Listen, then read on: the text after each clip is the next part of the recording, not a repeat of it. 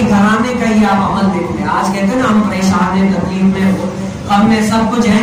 تو حضور علیہ السلام نے اس پریشانی, اس غم کا, اس تکلیف کا اپنے گھر والوں کو کیا تعلیم دی؟ جب حضور علیہ السلام کے گھر میں, جب حضور علیہ السلام کے گھرانے میں کسی کے اوپر تکلیف آتی, مشقت آتی, تو حضور علیہ السلام اپنے گھر والوں کو کیا تعلیم دیتے تھے؟ حالانکہ وہ تو کوئی تکلیف آ ہی نہیں سکتی تھی, لیکن یہ بھی ہمارے لیے کہ یہ ہم اس سے سبق حاصل کریں. کہتے ہیں کہ مفسرین نے یہ فرمایا کہ جب رسول کائنات صلی اللہ علیہ وسلم کے گھرانے پر کسی پر تکلیف آتی, کوئی غم میں ہوتا, کوئی مصیبت میں ہوتا, تو حضور علیہ السلام کیا فرماتے ہیں ان پر؟ مجموع الاوسط میں حدیث بار کا ہے, رسول کائنات صلی اللہ علیہ وسلم فرماتے ہیں کہ اے گھر والوں کیا کرو؟ نماز پڑھو. کیا کرو؟ اے گھر والوں, اگرچہ تمہیں تکلیف آیا, دکھ آیا, رنج آیا, جیسی بھی مصیبت آئی ہے, کیا کرو؟ نماز پڑھو. سبحان اللہ. اور حضور علیہ السلام فرما رہے ہیں ہر چیز کا جو ہے نا, جو سکون دینے والی ہے, جو تکلیف دور کرنے والی ہے, جو پریشانی کو دور کرنے والی ہے, وہ کیا ہے؟ نماز ہے. کیا ہے؟ نماز ہے. اور رسول کائنات صلی اللہ علیہ وسلم نے تو پہلے فرمایا کیا نماز کے بارے میں کہ نماز وہ محمد صلی اللہ علیہ وسلم کی آنکھوں کی ٹھنڈک, قرۃ عین فی الصلاۃ. آج حضور علیہ السلام کو ہمیں یہ فرما رہے کہ اگر غم, تکلیف, مشقت آ جائے تو نماز کی طرف دوڑو. آج میں آپ کو بتاؤں کہ اگر 100 بندے میں سے اگر کسی کے بارے میں آپ پوچھیں نا, تو ہر کوئی بندہ چاہے پیسے والا ہو چاہے غریب ہو, آج یہ ہر کوئی, پیسہ غریب نہیں ہے, پیسہ جس کے پاس ہو یا غریب ہو وہ نہیں ہے. آج ٹینشن ہر کسی کے پاس ہے, چاہے غریب ہو چاہے پیسے والا ہو, چاہے امیر ہو چاہے فقیر ہو, جیسا بھی ہو اس کے پاس ٹینشن لازمی ہوتی ہے کوئی. اور اللہ رب العالمین نے تو قرآن میں فرمایا کہ ہم کسی کو جو ہے نا تکلیف دے کر آزماتے ہیں, کسی کو راحت دے کر آزماتے ہیں, کسی کو فقیر کر کے آزماتے ہیں, کسی کو دولت دے کر آزماتے ہیں. دیکھتے ہیں آزمائش میں کون پورا ہوتا ہے.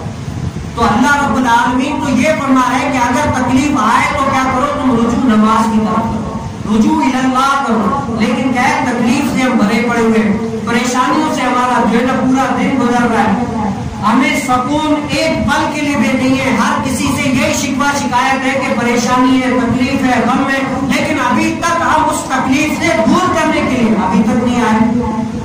آج صوفیہ اس طرح فرماتے ہیں کہ اگر کسی کو بخار ہو نا, بخار بڑا تیز بخار ہو, 120 تک آ جائے, ایسا بخار ہو تو وہ یہ نہیں کہے گا کہ آج نہیں صبح میں دوائی لے لوں گا, کوئی نہیں کہے گا. اپنی جان کا کوئی دشمن بھی نہیں ہے.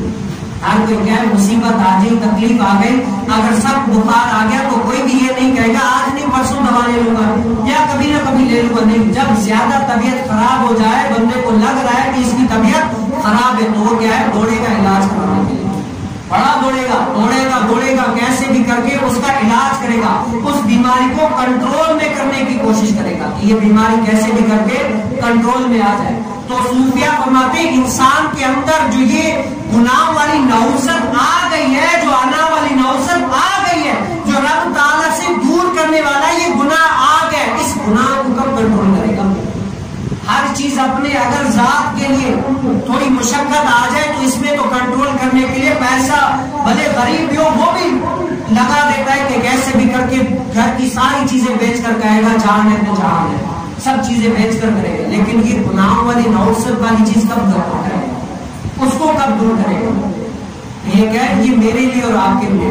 یہ قرآن ہم سے یہ کہنا چاہ رہا ہے. آج آپ نے قرآن پڑھا تو ہوگا, عربی میں ہر کوئی پڑھتا ہے, لیکن سمجھنے کے لیے جو ہے نا یہ آج جو ہم بتا رہے ہیں یہ قرآن یہ ہم سے یہ کہنا چاہ رہے ہیں. میں کہتا ہوں اگر کوئی دل سے بندہ سکے نا اپنے اوپر افسوس کرے گا, یار ہم کتنے ابھی تک جو ہے نا عمل کے لحاظ سے پیچھے ہیں.